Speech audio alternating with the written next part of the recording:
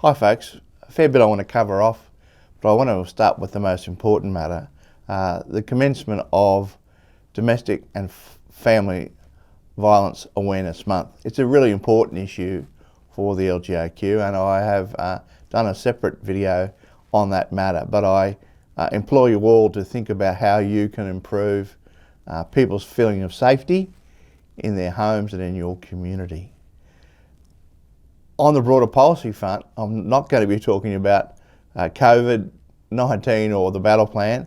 I want to focus on another very important matter for councillors, and that is legislation regarding conflicts of interest and integrity related matters.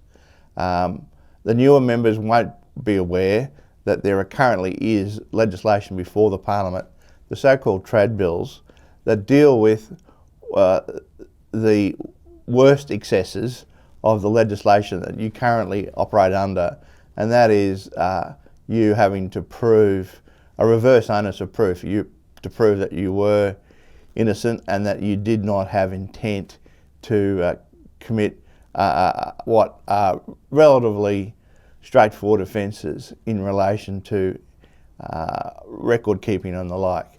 We do support the so-called trad bills. They were to be debated in May. We've been advised by the Attorney General those bills now will be delayed until August, and that's getting to be a great concern for us. I mean, that's a fair way into your term, and we need to get the situation remedied sooner than later. There's also a regulation that hangs off that new legislation that can't be enacted until the laws are passed. So we'll be putting maximum pressure on the government to get those laws passed, to give you the certainty and security that you need to do your jobs. Still on integrity matters, a very welcome announcement this week from the independent assessor, Kathleen Florian, that she'll be putting in place a 3-month amnesty from the 5th of May to the 5th of August for new councillors and mayors for all but serious corruption offences. She wants to work with people, educate them, rather than fine them and prosecute them, and we thank her for that. That's a generous offer. This week the LGAQ also launched a very innovative and timely app for our school children.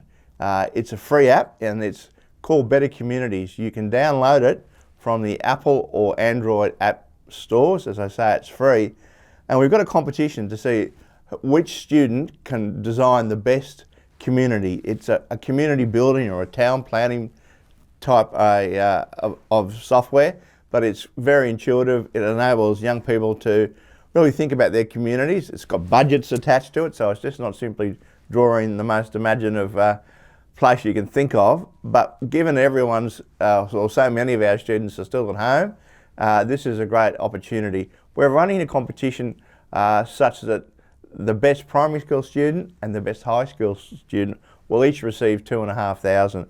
We'd love your council to be out there promoting it to your schools. We do have the full support of Queensland Education and the Catholic and Independent Schools system.